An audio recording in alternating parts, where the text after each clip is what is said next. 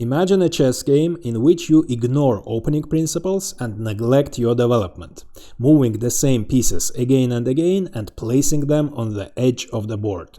And thanks to this unusual opening play, you win in just about 20 moves.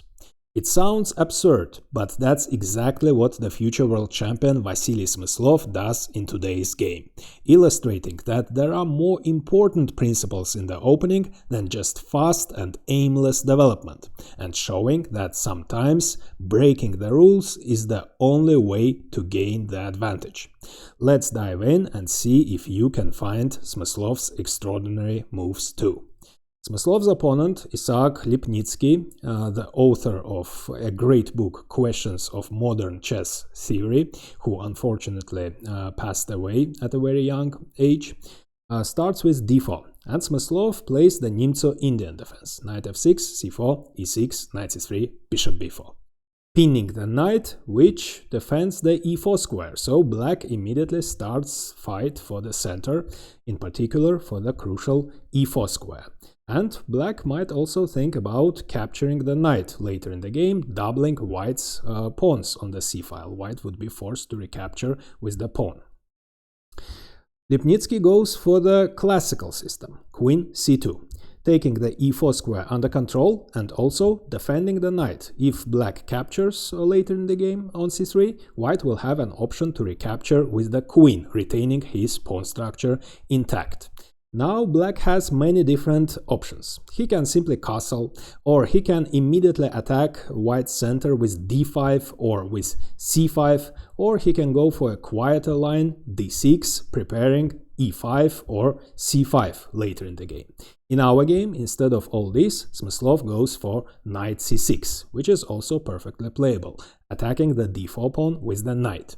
Of course, white could have defended the pawn with e3, but in this case he would have blocked the dark squared bishop's diagonal. For this reason, instead of e3, Lipnitsky makes a more natural move, knight f3, developing the knight, defending the pawn, and the bishop's diagonal remains open. Smyslov plays d5, attacking the c4 pawn this time, and he is ready to capture on c4 next move and maybe even retain his extra pawn with queen d5 or b5, defending it. So white must do something about it. If he simply to parry the threat of the possible threat of d takes c, if he simply exchanges, then as you see before this exchange, black's light squared bishop was bad. It was restricted by its own pawn, but black would have recaptured with the pawn, opening his bishop's diagonal. And Lipnitsky, of course, doesn't want to do it. Another possibility besides c takes d is e3, opening the light squared bishop's diagonal and defending the pawn, but in this case, as we already know, the dark squared bishop's diagonal would close.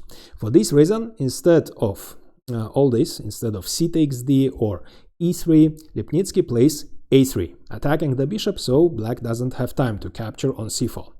Smyslov exchanges on c3, and now white has to make a decision how to recapture. There are two ways of doing that.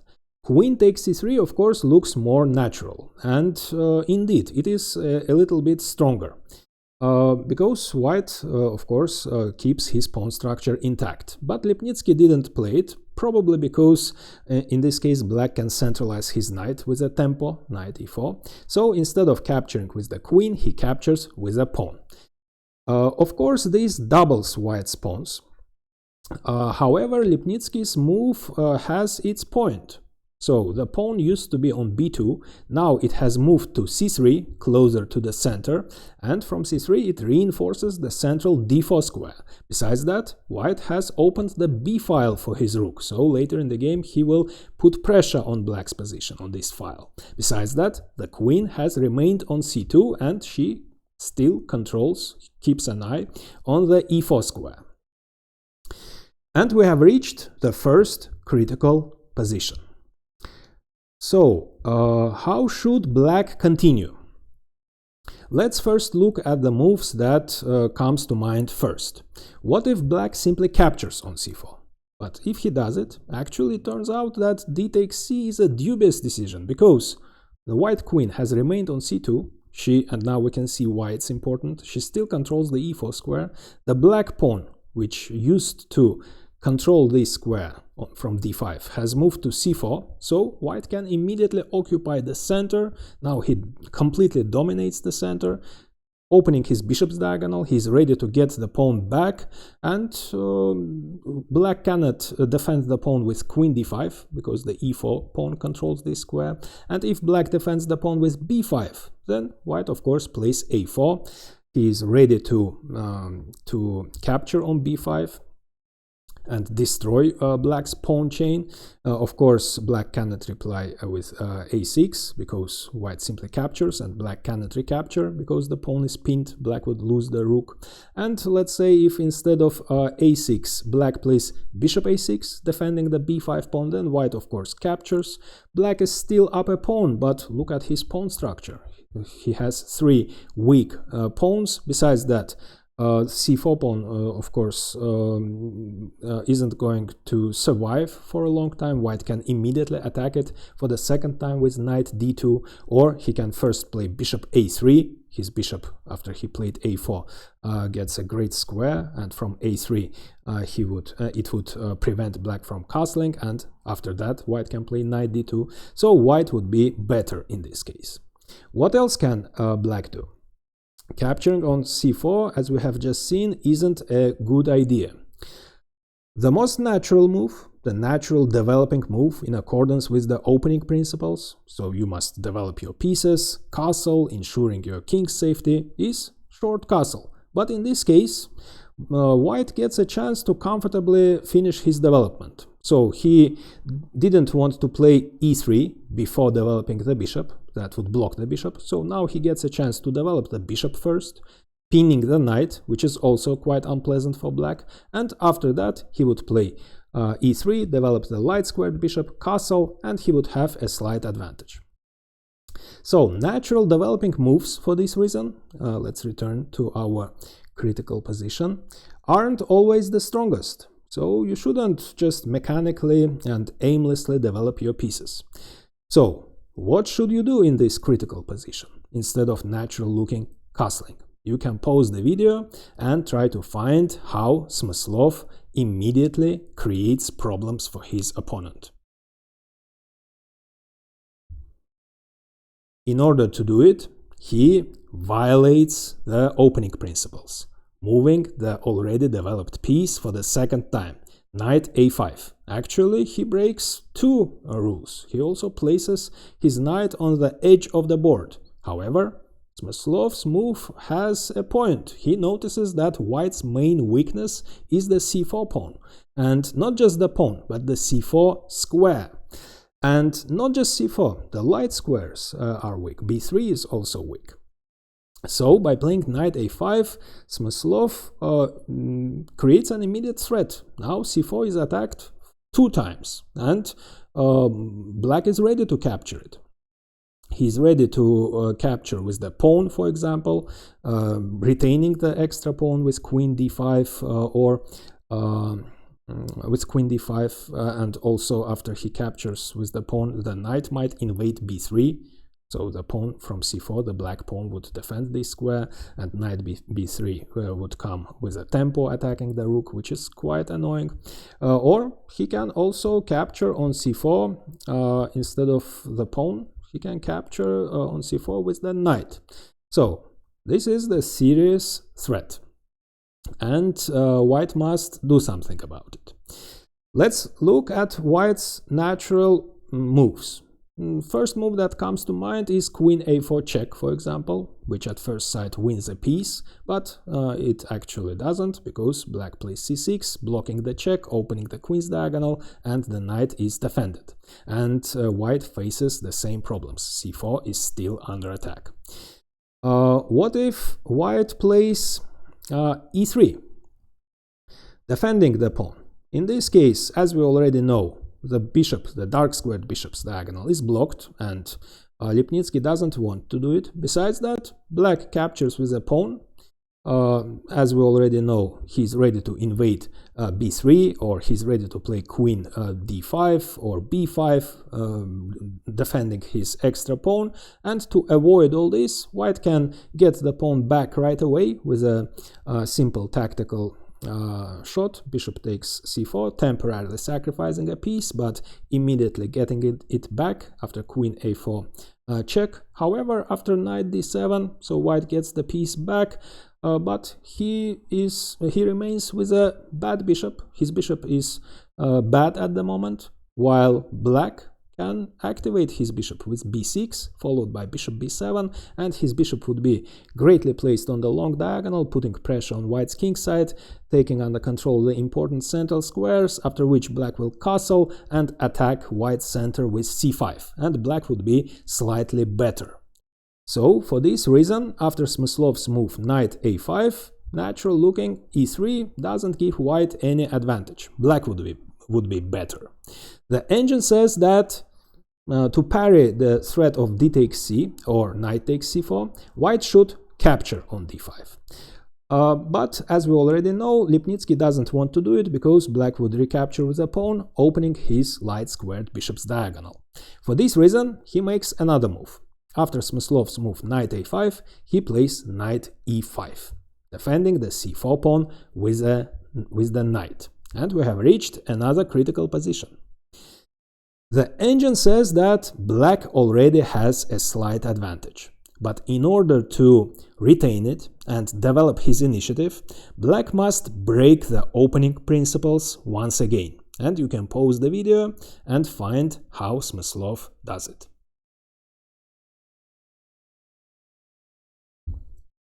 So first, let's look at the natural moves that first come to mind. What if black simply captures on c4? c4 is defended only once by the knight, but it's attacked twice. However, capturing it doesn't give black any advantage. Actually, black loses his slight advantage. Let's say if he captures with the knight, white of course captures, and after d takes c, white can play e3, opening the bishop's diagonal. He's ready to get the pawn back, after which he will castle, play f3, e4, occupy the center, open his dark squared bishop's diagonal, and both of his bishops would be active. He will dominate the center and would be better. And if black defends the pawn, let's say by b5, then white of course plays a4.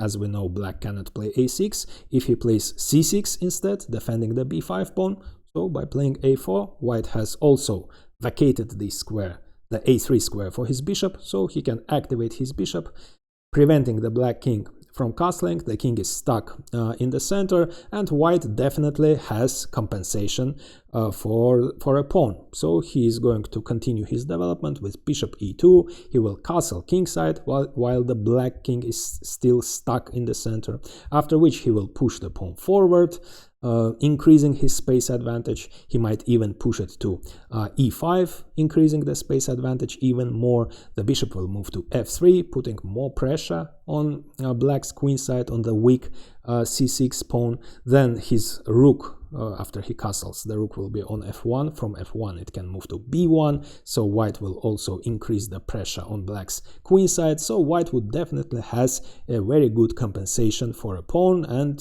he would be better.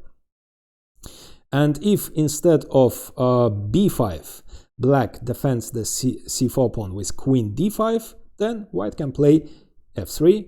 Next move, he will play e4. There is nothing black can do to prevent it. With a tempo, white would occupy the center. Black's bishop is still bad. c4 remains weak. If needed, white can play a4 after e4. To prevent black from playing b5, so the queen would be kicked out from d5, and if needed, white after a4 can play queen a2, attacking the c4 pawn for the second time. Most probably white would get the pawn back, and he would have a very big space advantage, and he would be better. So for this reason, as we have just seen, after Lipnitsky's move knight e5, capturing on c4 with the knight doesn't work.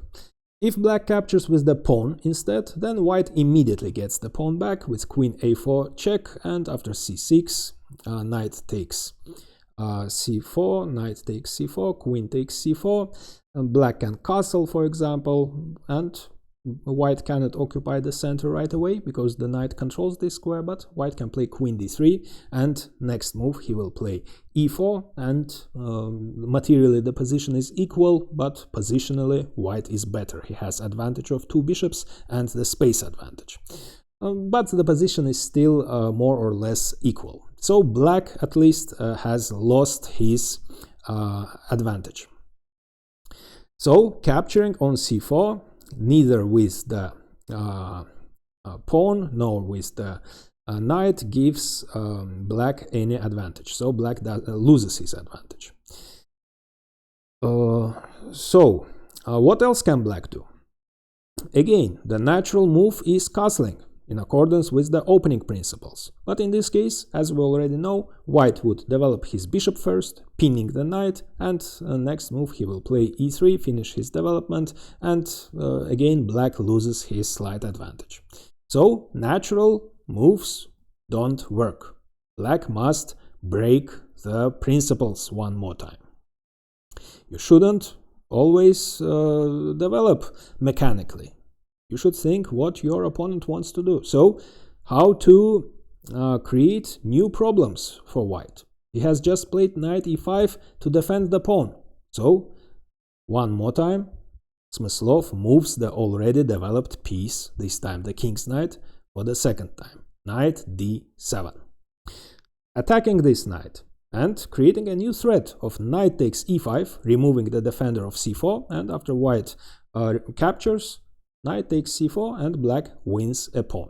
And also by playing knight d7, Smyslov moves the knight away from f6, avoiding the possible bishop g5 pin. So, how should white react? Black's threat is obvious. Knight takes e5 and then knight takes c4. So, Lipnitsky makes the best move. He simply exchanges on d7. Knight takes d7, bishop takes d7. Now black again is ready to capture on c4. For example, if e3, now the bishop is on d7, black simply captures, and his upper pawn, white cannot get the pawn back. He cannot give a check anymore to target this pawn because the bishop is already on d7. So for this reason, Lipnitsky, to avoid the loss of the pawn, finally captures on d5. C takes d, e takes d. So white must develop his king side. His king is still in the center and king side isn't developed. If he plays e3, as we already know, the bishop's diagonal gets blocked. It's possible, of course, but Lipnitsky doesn't want to do it. Besides that, so white wants to develop his bishop and castle. So what would you play as black in this position? One more time. The natural looking move is, so you must finish your development as soon as possible in accordance with the opening principles. So the natural move is short castle. But in this case, as we know, white would develop his bishop and castle and solve all his problems. So it's much stronger instead of castling. So the black king isn't in danger. So you know your opponent's intention. He wants to develop the bishop and castle. So queen g5 is much stronger move, eyeing the g2 pawn and preventing white from developing his bishop. And that means the king is still stuck in the center. So white's development becomes problematic. e4, which might look dangerous with the discovered attack on the black queen and attack on the pawn, isn't dangerous at all because black can play queen g6, pinning the pawn. So white cannot capture on d5, neither can he move the pawn forward because he loses his queen. The e4 pawn is under attack. Besides that, the queen is still eyeing the g2 pawn, preventing white from developing his king side. So for this reason, e3 isn't that good. Before playing e3 for this reason, Lipnitsky plays bishop f4 first. So now that he developed his bishop, he's ready to play e3 without blocking the bishop on c1, and the bishop also controls the g5 square, preventing black from playing queen g5. And we have reached another critical position. If black makes natural developing move again, short castle, then as we have just mentioned, white would play e3, develop his light squared bishop, castle, and white would be slightly better. So, what else can black do? To retain his slight advantage, black must violate opening principles once again. And you can pause the video and try to find black's strongest move. So, castling, as we have just seen, runs into e3 and the development of the light squared bishop. What if black finally occupies this great square, knight c4? That would be premature because white again plays e3 and he's ready to exchange his bishop for the knight, and black's whole strategy was based on this knight, on the great square for the knight, to ensure the great c4 square for the knight. But white is ready to exchange, castle, and after that white solves all his problems. So knight c4 is premature. Natural developing short castle doesn't give black any advantage. The strongest move, you know your opponent's intentions. He's ready to play e3 and develop his bishop, so bishop b5. Another move that goes against the so-called basic opening principles. Smyslov moves again the third time in this game. This time he moves the bishop, the already developed bishop, for the second time, and places it on a square which looks a little bit unnatural on the side of the board. However, the move is the strongest in this position. By playing it, Smyslov makes his opponent's development, the development of his kingside, problematic. If white develops his kingside in the most natural way, e3, then so it turns out that the c4 square, white's main weakness, is defended only by the light squared bishop. This bishop is the only defender. And that was the idea behind bishop b5. Black would be glad to exchange the light squared bishops, and then the knight occupies it only now, and the knight is immortal. It's placed on the light square, whereas white's bishop is the dark squared bishop, so white cannot exchange his bishop for the knight, and this knight is great. It dominates the queen side and the center. So in this position, black has a great knight against the bishop, which we can even call a bad bishop, because most of white pawns are placed on the dark squares. For this reason, after Smyslov's move bishop b5, e3 doesn't work. It's strategically terrible. But what should white do? He must develop his king side. His king is still in the center, his pieces aren't playing. Smyslov recommends g3, so white cannot play e3, but he can play g3 in order to fianchetto his bishop and then castle. But in this case, black castles, finally castles, now he can do it. After bishop g2, white is ready to castle, but black develops his rook, putting pressure on the e-file, preventing white from castling, because e2 would fall. White must play bishop f3, defending the pawn, after which white will castle, but black again gets a chance to establish the knight on the great c4 square. And of course, Lipnitsky didn't want to play this position. This position doesn't have any prospects for white. Black is slightly better. For this reason, he tries to complicate the game. Instead of g3, he decides to initiate an attack on black's kingside. He plays h4. So he cannot develop his rook, so he plays h4 in order to bring it into play via h3. From h3 it will move to g3 and attack black's kingside. Smyslov isn't afraid of the attack and castles kingside.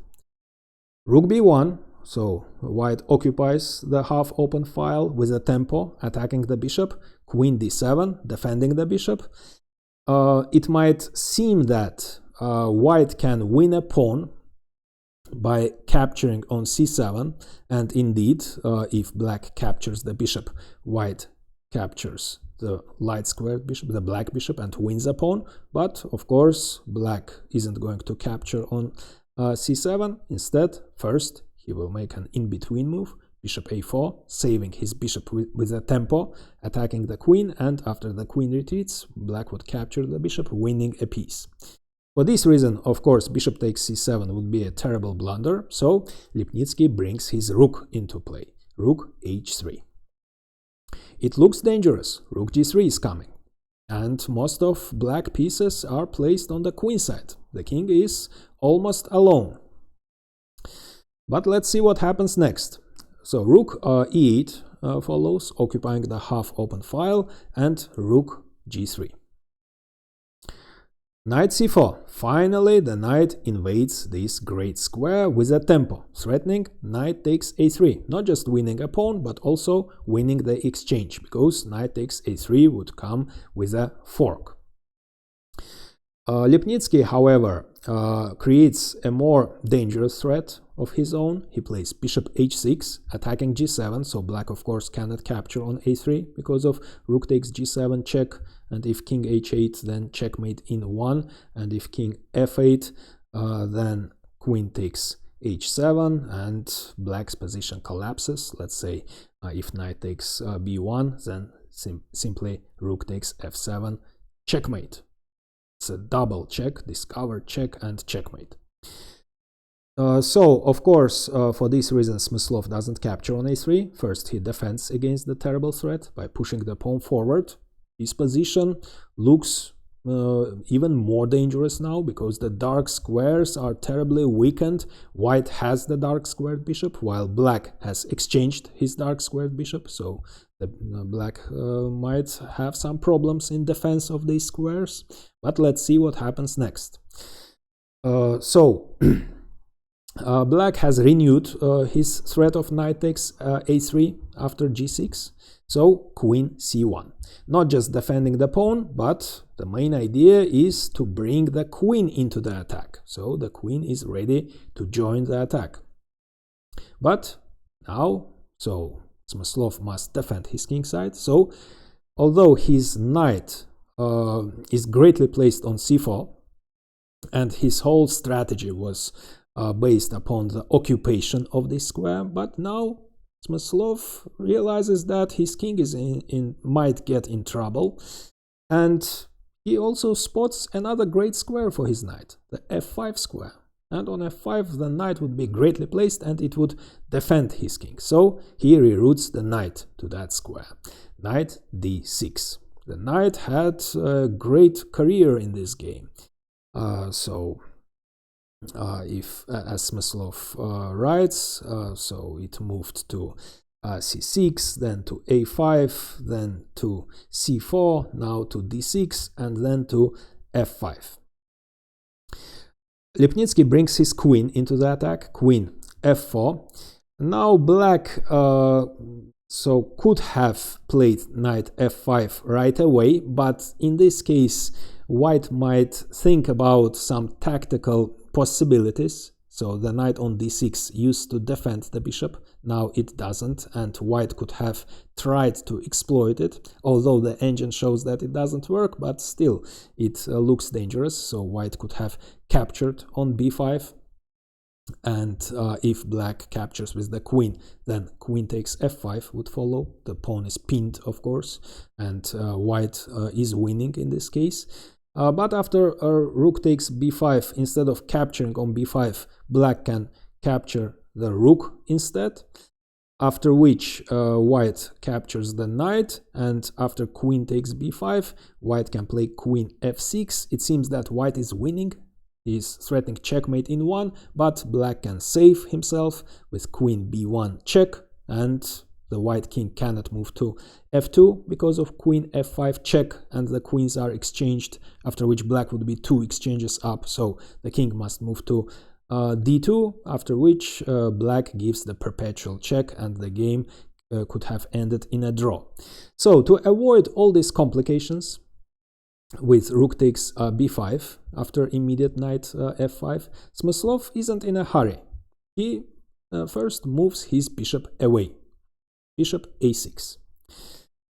So how should white continue? Playing the obvious move queen f6, threatening checkmate, doesn't make any sense, because knight f5 would follow, defending the g7 square, attacking the bishop, attacking the rook, so it doesn't work. For this reason, after Smyslov's move bishop a6, Lipnitsky finally decides to develop the light-squared bishop. He plays e3. And now knight f5. Not only attacking the rook, so black is ready, for example, to capture the rook, winning the exchange. After f takes g, white would be ready to play queen f6 next move, which looks deadly, but black can play rook e6, preventing it. But why give up this great knight for the rook? Instead, black has even more dangerous threat of bishop takes f1, king takes f1, and then activating the rook, rook e4 with a tempo, and after the white queen retreats, rook takes h4, attacking the bishop for the second time, threatening rook h1 check, and white's position would collapse. So Lipnitsky realizes that he must do something urgently. He has lost the strategical battle, so he must try to complicate the game, and that's exactly what he does. He captures on a6, removing the defender of the b7 pawn, and after black recaptures, he invades the 7th rank, which might look dangerous at first sight. Indeed, the queen together with the rook are attacking the c7 pawn, and white is ready to capture with the rook with a tempo, increasing the pressure on black's position. However, Smyslov makes the strongest move again. Instead of obvious knight takes g3 or knight takes h6 or defending the attacked pawn, Smyslov makes a move that finishes the game on the spot. He plays rook b8. He notices that the white king is all alone, actually. So suddenly it turns out that not the black king, but the white king is in trouble. Neither of white pieces can defend him. He's all alone, and the first rank is weakened. So Lipnitsky captures on c7 with a tempo, but Smyslov's rook invades with a check. The king has only 2 squares. It doesn't really matter where he goes, the reply would be the same. In the game, Lipnitsky played king e2, but queen a4, threatening checkmate in 1. Queen d1, checkmate is threatened, and there is nothing white can do about it. If he plays king f3, he cannot run away, because queen d1 would still be checkmate. The rook is blocking the g3 square. And if he plays f3 instead, vacating the f2 square for his king, then queen c2 would be checkmate. For this reason, after queen a4, Lipnitsky resigned. And now I recommend watching a game in which Smyslov faced a fantastic trick executed by the creative genius David Bronstein. But first, I'd be grateful if you like this video, write comments, share and subscribe, as all this is really helpful for the channel growth.